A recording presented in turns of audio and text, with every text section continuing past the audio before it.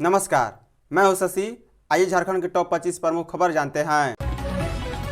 झारखंड के लोगों को 3 महीने का राशन एक साथ देगी सरकार। मानसून और संभावित बाढ़ की स्थिति को देखते हुए खाद्य सार्वजनिक वितरण एवं उपभोक्ता मामले विभाग ने राज्य के 2.88 करोड़ राशन कार्डधारी लाभुकों को जून, जुलाई और अगस्त माह का राशन एक साथ देने का निर्णय लिया है। मंत्री डॉक्टर इरफान अंसारी ने सोमवार को इसकी घोषणा की है। उन्होंने कहा है कि इसके पीछे का तर्क यही है कि आपदा के समय में कोई भूखा नहीं सोए। केंद्र सरकार के निर्देश के बाद राज्य सरकार ने तत्परता दिखाते हुए 1 जून से 30 जून तक राशन वितरण के आदेश जारी कर दिए हैं। बता दें, विभाग ने सभी जिला प्रशासक को निर्देश दिया है कि वितरण कार्य में कोई भी लापरवाही न हो और लाभुकों को समय पर व सुरक्षित ढंग से राशन प्राप्त हो। खाद्य सार्वजनिक आपूर्ति विभाग के मंत्री डॉक्टर इरफान अंसारी ने स्पष्ट कहा है कि गरीबों के साथ अन्याय किसी हाल में बर्दाश्त नहीं किया जाएगा। वह खुद वितरण कार्यों की निगरानी करेंगे और लापरवाही अधिकारियों पर सख्त कार्रवाई की जाएगी। झारखंड पात्रता परीक्षा में नहीं रहेगी उम्र की कोई सीमा। झारखंड में जल्द ही जेपीएसई द्वारा झारखंड पात्रता परीक्षा जेट का आयोजन किया जाएगा। राज्य के विश्वविद्यालय और कॉलेज में असिस्टेंट प्रोफेसर की कमी दूर करने और पीएचडी में प्रवेश के लिए आयोग द्वारा लगभग 17 सालों के बाद जेट का आयोजन होगा। बता दें, कुल 43 विषयों के लिए आयोजन द्वारा विज्ञापन जारी किया जाएगा। खास बात यह है कि इस परीक्षा में शामिल होने के लिए अभ्यर्थी की उम्र सीमा का निर्धारण नहीं होगा। आयोग द्वारा विज्ञापन जारी होने के बाद आवेदन की प्रक्रिया शुरू होगी। बता दें, रांची के विभिन्न केंद्रों पर जेट की परीक्षा आयोजित होगी। हालांकि अभ्यर्थियों की संख्या बढ़ने पर जमशेदपुर और बोकारो में भी केंद्र बनाए जा सकते हैं। झारखंड के संविदा कर्मियों ने 12 सूत्री मांग पूरी करने की अपील की। अपनी मांगों को लेकर राज्य के संविदा कर्मियों ने मोर्चा खोल दिया है। झारखंड राज्य दैनिक एवं संविदा वेतनभोगी कर्मचारी महासंघ ने राज्य सरकार से संविदा अनुबंध और एक मुश्त मासिक पारिश्रमिक पर काम करने वाले कर्मचारियों के लिए 12 सूत्री मांग पत्र जारी किया है। साथ ही महासंघ ने चेतावनी दिया है कि अगर इन मांगों पर शीघ्र कार्रवाई नहीं हुई तो वे की राह पर जाएंगे। बता दें, संविदा एवं अनुबंध कर्मियों को वार्षिक अवकाश की सुविधा देना, लंबे समय से कार्यरत कर्मियों को अस्थायी सेवा में समायोजन करना, नियमित सेवा में कार्यरत कर्मचारियों की तर्ज पर संविदा कर्मियों को समान वेतन व सेवा शर्त देना, चयन प्रक्रिया को पारदर्शी बनाने और सेवानिवृत्तिकरण की स्पष्ट नीति बनाना, कर्मियों को ईपीएफ की सुविधा देना, स्वास्थ्य बीमा योजना के तहत सभी संविदा व अनुबंध कर्मियों को शामिल करना, कार्यकाल के आधार पर 5 और 10 वर्ष पूर्ण करने पर नियमितीकरण का लाभ देना, सेवा अवधि बढ़ाकर 2025 तक करना। झारखंड का सारंडा बनेगा नया रिजर्व फॉरेस्ट। झारखंड सरकार ने सारंडा वन क्षेत्र को वाइल्ड लाइफ सेंचुरी और कंजर्वेशन रिजर्व घोषित करने की दिशा में बड़ा कदम उठाया है। वन विभाग ने इसको लेकर मसौदा तैयार कर लिया है। इसे 15 मई को होने वाली कैबिनेट बैठक में मंजूरी के लिए रखा जाएगा। सरकार ने सुप्रीम कोर्ट में दायर शपथ पत्र में बताया है कि सारंडा क्षेत्र के 57,519.41 हेक्टेयर को वन्य जीव अभ्यारण्य और 13.06 किलोमीटर को सस्तानदंग बुरु संरक्षण रिजर्व घोषित किया जाएगा। पूर्व प्रस्ताव के अनुसार केवल 31,468.25 हेक्टेयर को ही अभ्यारण्य घोषित किया जाना था, लेकिन अब इसके दायरे में माइनिंग क्षेत्र को भी शामिल किया गया। वन, पर्यावरण एवं जलवायु परिवर्तन विभाग के सचिव अब्बू बकर सिद्दीकी ने कोर्ट से माफी मांगते हुए विस्तारित प्रस्ताव सौंपा है। आतंकवाद पर कार्रवाई के बाद आज से तिरंगा यात्रा। भारतीय सेना के ऑपरेशन सिंदूर की सफलता के बाद भारतीय जनता पार्टी भाजपा ने 14 मई से तिरंगा यात्रा निकालने का फैसला किया है। भाजपा के प्रदेश नेतृत्व ने कहा है कि राष्ट्रीय सुरक्षा के लिए नागरिक बैनर तले भाजपा का कदम तिरंगा यात्रा में शामिल होंगे। तिरंगा यात्रा की शुरुआत झारखंड की राजधानी रांची से होगी। इसके बाद निर्धारित तारीखों पर प्रमंडल, जिला और मंडल स्तर पर तिरंगा यात्रा निकलेगी और उसमें भाजपा के कार्यकर्ता शामिल होंगे। बता दें, भाजपा ने कहा है कि भारतीय सेना के सम्मान, उनके शौर्य को नमन करने और सेना के जवानों का उत्साह बढ़ाने के लिए झारखंड के आम नागरिक, सामाजिक संगठन, प्रबुद्ध जन समेत हजारों लोग शामिल होंगे। सब मिलकर ऑपरेशन सिंदूर की सफलता के लिए सेना का आभार भी जताएंगे। बता दें, सबसे पहले राजधानी रांची में बुधवार 14 मई को विशाल तिरंगा यात्रा निकाली जाएगी। सहायक आचार्य परीक्षा के 53,604 आवेदन रद्द। झारखंड प्रारंभिक विद्यालय प्रशिक्षित सहायक आचार्य संयुक्त प्रतियोगिता परीक्षा परीक्षा 2023 से जुड़े 53,604 अभ्यर्थियों के आवेदन रद्द कर दिए गए। झारखंड निवासी ये अभ्यर्थी सी-टेट और पड़ोसी राज्यों से शिक्षक पात्रता परीक्षा उत्तीर्ण हैं। झारखंड हाईकोर्ट के आदेश के बाद झारखंड कर्मचारी चयन आयोग ने वैसे अभ्यर्थियों से ऑनलाइन आवेदन प्राप्त किया था। बाद में झारखंड हाईकोर्ट के आदेश को परिमल कुमार व अन्य के सुप्रीम कोर्ट में चुनौती दी थी। इस संबंध में आयोग के परीक्षा नियंत्रक की ओर से मंगलवार को आवश्यक सूचना जारी की गई।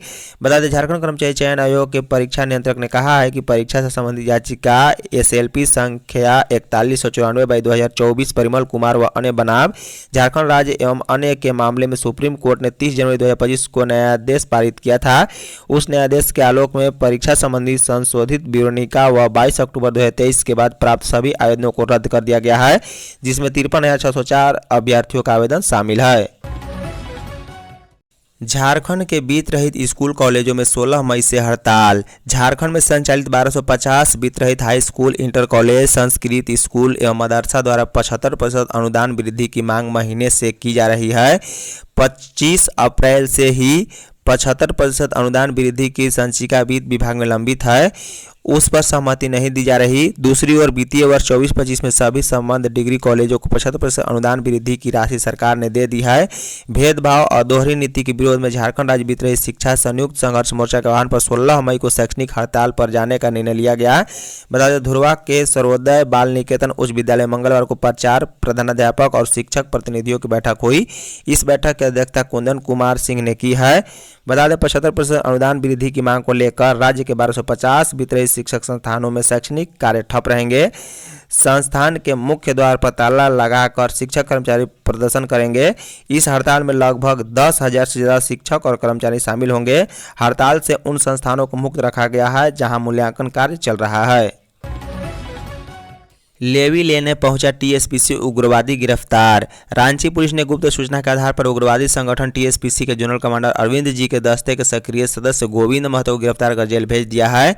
प्रखंड के गेसवे गांव निवासी कामेश्वर महतो का पुत्र गोविंद की गिरफ्तारी चैनगड़ा जंगल के पास मंगलवार को दिन में हुई, जब वह ईंट भट्टा मालिक से लेवी लेने वसूलने पहुंचा था।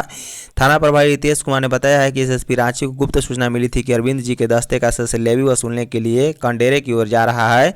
इसी सूचना पर घेराबंदी करते हुए चैनगड़ा जंगल के समीप से उसे गिरफ्तार कर लिया गया। बता दें, पुलिस ने गिरफ्तार उग्रवादियों के पास से TSPC का पर्चा व रेडमी मोबाइल फोन भी जब्त किए हैं। पूछताछ में गिरफ्तार उग्रवादी ने बुढ़मू ठाकुर गांव थाना क्षेत्र के ईंट भट्टों, क्रशर एवं विकास कार्य में लगे ठेकेदारों से लेवी वसूल कर अरविंद जी तक पहुंचाने की बात कबूल की है।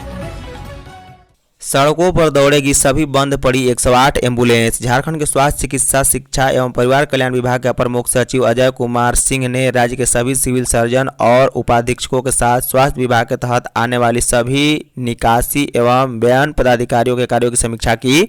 साथ ही अपर मुख्य सचिव ने सभी को निर्देश दिया है कि छोटी मोटी खराबी के कारण बंद पड़ी सभी 108 एम्बुलेंस को 15 दिनों के भीतर प्रस्ताव तैयार कर प्रकरण के अनुसार राशि उपलब्ध कराए और सभी एम्बुलेंस को चालू कराए। उन्होंने सभी अस्पतालों में सभी प्रकार के आवश्यक उपकरण एवं मशीनों का आकलन कर उसकी सूची विभाग को भेजने का भी निर्देश दिया है, ताकि मशीनों की खरीदारी की जा सके। सरिया के कीमतों में बढ़ोतरी के आसार। झारखंड के साथ साथ पूरे देश में सरिया की कीमतों में बढ़ोतरी का आसार है। इसका अहम कारण है नए लीज धारकों को अधिक कीमत पर लौह अवश्य एवं अन्य सामग्रियों का मिलना। आयरन और की कीमतों में बढ़ोतरी के कारण बाजार में दरों की बढ़ोतरी हो रही है। इधर झारखंड में राज्य सरकार ने भी शेष की दरों में संशोधन किया है, जिसका असर लौह उत्पादों पर पड़ना तय है। शेष की दर 100 रुपये प्रति टन से बढ़ाकर 400 रुपये प्रति टन हो गया है। वर्तमान में झारखंड में लौह अवश्य की कीमत उनकी गुणवत्ता के आधार पर तय होती है। इसके बावजूद आयरन ओर की कीमत 8 से 8.5 हज़ार रुपये प्रति टन के करीब है। इसी से स्पंज आयरन का निर्माण होता है, जिसकी कीमत 25 से 75 रुपये प्रति किलो के आसपास है। इससे बिलेट भी बनता है, जिसकी कीमत 38 से 40 रुपये प्रति किलो होता है। सहारा में निवेश करने वालों के लिए अच्छी खबर। राज्य सरकार ने सहारा के निवेशकों को हक दिलाने के लिए तमाम जरूरी उपाय करने का आश्वासन दिया है। मंगलवार को मुख्यमंत्री हेमंत सोरेन ने एक प्रतिनिधिमंडल से मुलाकात के दौरान कहा है कि सहारा इंडिया के निवेशकों को हक अधिकार दिलाने के लिए अब वह सरकार विधि सम्मत कदम उठाएगी। मुख्यमंत्री ने विश्व भारती जन सेवा संस्थान के एक प्रतिनिधिमंडल से मुलाकात की। प्रतिनिधिमंडल ने मुख्यमंत्री से सहारा इंडिया निवेशकों का पैसा वापस दिलाने, जांच आयोग का गठन और राज्य सरकार द्वारा सर्वोच्च न्यायालय में हस्तक्षेप याचिका दायर करने की दिशा में पहल किए जाने का आग्रह किया है। बता दें, मुख्यमंत्री ने कहा है कि इस मामले में राज्य सरकार विधि सम्मत कदम उठाएगी। मुख्यमंत्री से मुलाकात करने वालों में संस्थान के राष्ट्रीय सचिव नागेंद्र कुमार कुशवाहा, संयुक्त सचिव अशोक कुमार राय शामिल थे। सड़क हादसा, छोटा हाथी ने ट्रक में मारी टक्कर। पश्चिमी सिंहभूम जिला में सड़क दुर्घटना में मौत का सिलसिला नहीं थम रहा है। मंगलवार देर रात 10 बजे Chaibasa Chakradharpur national highway 75E में छोटा हाथी वाहन की दुर्घटना होने से 3 लोगों की मौत हो गई, जबकि एक की हालत गंभीर बताई जा रही है।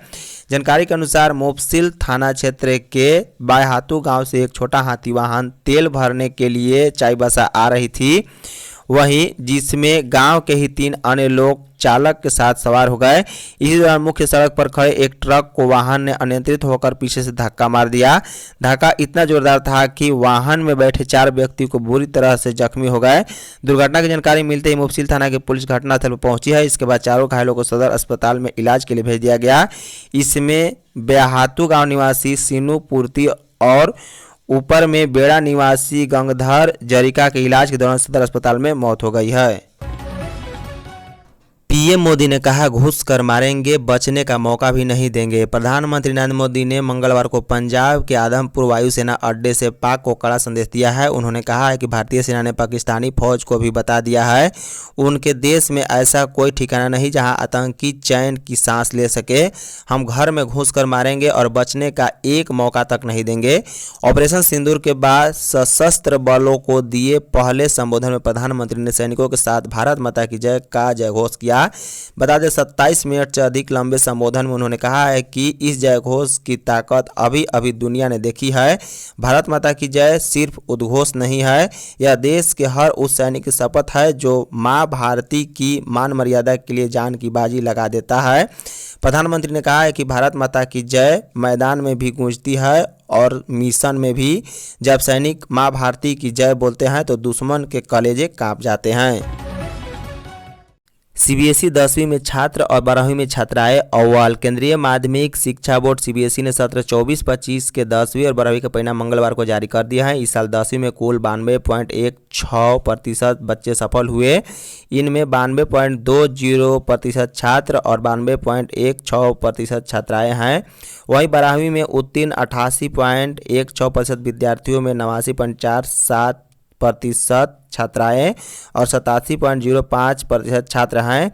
देर रात तक स्कूलों की ओर से दी गई जानकारी के अनुसार 10वीं में डीपीएस रांची की अतुल्या श्रेष्ठ और संत जेवियर्स स्कूल हजारीबाग के दिव्या प्रकाश 99.2% अंक लाकर झारखंड टॉपर बने हैं। राज्य में सेकेंड टॉपर में 8 विद्यार्थी हैं जिन्होंने 99% अंक हासिल किए हैं। वहीं थर्ड टॉपर 2 बच्चे हैं जिन्होंने 98.8% अंक मिले हैं।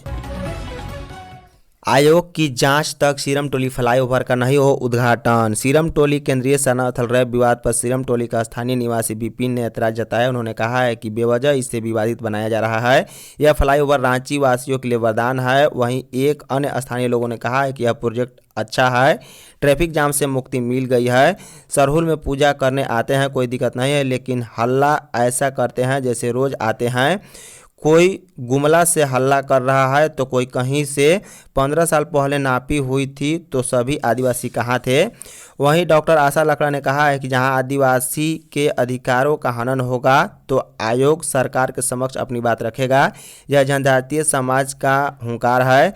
धर्म और समाज के अगुआ जागरूक हैं। जिस प्रकार सीरम टोली स्थित केंद्रीय सेना स्थल पर हमला हुआ है उससे आदिवासी समाज दुखित है। जेपीएससी परीक्षा परिणाम के लिए 5वें दिन सलाइन लेकर किया प्रदर्शन। जेपीएससी सिविल सेवा 11वीं से 13वीं मुख्य परीक्षा परिणाम जारी करने की मांग को लेकर छात्रों का आंदोलन 5वें दिन भी जारी रहा। छात्र रिजल्ट जारी करने की मांग कर रहे हैं। परीक्षा के 11 महीने बाद भी रिजल्ट जारी नहीं होने को लेकर अभ्यर्थी निराश हैं और प्रदर्शन कर रहे हैं। रिजल्ट की जारी करने की मांग को लेकर मंगलवार को राज्य भर के अभ्यर्थी जेपीएससी कार्यालय के पास पहुंचे थे। इस दौरान उन्होंने जमकर विरोध प्रदर्शन और नारेबाजी भी की है। बता दें कि कई छात्र पिछले 5 दिनों से लगातार गेट के पास धरना पर बैठे हैं। धन्यवाद।